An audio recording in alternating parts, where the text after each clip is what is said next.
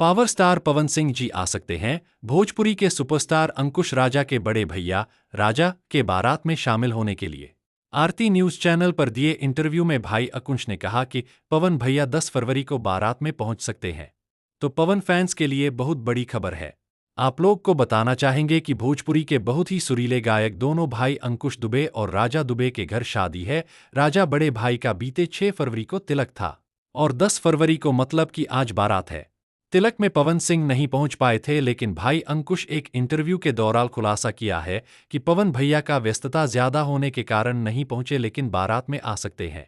आपको साफ सुथरा शब्दों में बताना चाहेंगे कि अभी भी पूरा क्लियर नहीं हुआ है कि बारात में आएंगे ही आ सकते हैं।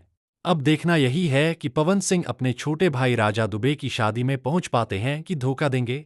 हालांकि अंकुश भाई का कहना है कि भैया से बात क्लियर नहीं हो पाया है, लेकिन अनुमान लगाया जा रहा है कि बारात में जरूर आएंगे। अब आप लोग समय का इंतजार कीजिए, परिणाम सामने आ जाएगा। जानकारी अच्छा लगा तो वीडियो को लाइक करके चैनल को सब्सक्राइब कीजिए और अपना प्रतिक्रिया कमेंट कीजिए। जय माता दी।